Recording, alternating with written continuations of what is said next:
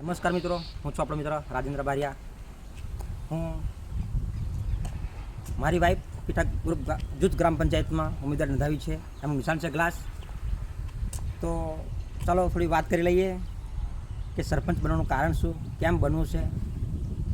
તો યુવાનોનો પહેલી પસંદ રાજુભાઈ, એ તો પહેલું કારણ છે કે યુવાનોની માંગ છે. તો સરપંચ બનીને શું કરવું છે એના વિશે થોડી ચર્ચા. બહુ મોટું કામ નથી, એક નાનું કામ છે જે લોકો 10-20 વર્ષથી જોયું નથી, એ આપણે દેખાડવું છે. તો શું કામ હશે વિચારો તમે. તો એ કામ છે આપણું ગ્રામસભા ભરવી. કે અત્યાર સુધી ગામ લોકોને ગ્રામસભા શું છે એ ખબર નથી, કે ગ્રામસભા કેવી છે એ ખબર નથી, ક્યારે ભરાય છે એ ખબર નથી. તો આપણે પહેલાં તો લોકોને જાગૃત કરવા પડશે, તો કંઈ ગામનું નવું થશે. તો આપણે લોકોને પહેલાં તો ગ્રામસભા બતાવી છે કે ગ્રામસભા કઈ રીતે ભરાય છે. બાકી અત્યારે લાગતું નથી કે ગામ લોકોને ખબર હશે કે 20 વર્ષની અંદર ગ્રામસભા કોઈ ભરાઈ હશે. કારણ કે લોકોને ખબર છે કે ગ્રામસભા ભરાય તો શું થાય છે, શું હાલ થાય છે. એના ડરથી પણ ના ભરી શકે એવું બની શકે. પણ એક વાત તો ક્લિયર છે કે રાજુભાઈને ખતરો કે સાથ ખેલના પસંદ है, इसलिए सब जोखम ले लेता हूँ मैं. તો વાત કરું આગળ કે ગામ મારું એક સરસ છે, એક સુંદર મજાનું ગામ છે, વાદ વિવાદ વગરનું ગામ છે.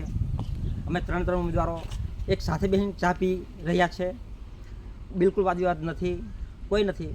પણ સત્તા અમુક મન દુઃખ છે. કામો તો બધા ઘણા સારા થાય છે. પણ અમુક લોકોને સાઈડ લાઈન કરીને, કે જે લોકોને જરૂરિયાત નહીં, જે લોકો મોટા હતા, સારા હતા, અમુક હોય એમનું જ કામ થયું છે. જે 0 લેવલથી હતા એ લોકોનું કામ થયા નથી. એ લોકો નારાજ છે. એ નારાજ લોકોની પહેલી પસંદ રાજુભાઈ. પહેલેથી કહેતા રહ્યા કે રાજુભાઈ તારે દાવેદારી કરવી પડશે અને અમારા માટે લડવું પડશે.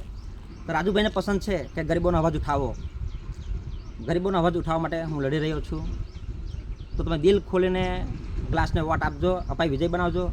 અને ઘણું બધું નવું જોવા માટે તૈયાર રહેજો. કે જિલ્લામાં તો નહીં પણ તાલુકામાં પીઠાનું નામ હશે. તો વંદે માતરમ, ભારત માતા કી જય. આપણા વિડીયો ઘણા બધા નવા આવતા રહેશે ચૂંટણી સુધી. મારી ઇન્સ્ટાગ્રામ આઈડી છે રાજેન્દ્ર બારિયા 188, અને ફેસબુક પર પણ આપણી પેજ છે રાજેન્દ્ર બારિયા. એને ફોલો કરજો. કંઈક ખોટું બોલતો હોય, કંઈક લાગતું હોય તો સલાહ સૂચન આપતા રહેજો, કમેન્ટ કરજો. તમારા વિચારો મને આપતા રહેજો. કોઈ જૂના સરપંચ દેખતા હોય તો ચૂંટણી કેવી રીતે લડવી એનું આયોજન પણ મને કહેતા રહેજો. કારણ કે હું નવો છું, બિલકુલ 0 લેવલ પર. મને કંઈ ખબર પડતી નથી કે શું બોલવું, શું કરવું. પણ બસ મારે મનમાં આવે એ દિલની વાત તમને કહી રહ્યો છું. તો ભારત માતા કી જય ફરી એક વખત. અને વોટ તો આપજો દિલ ખોલીને, તમારું દિલ કહે એને. બરાબર. જય માતાજી.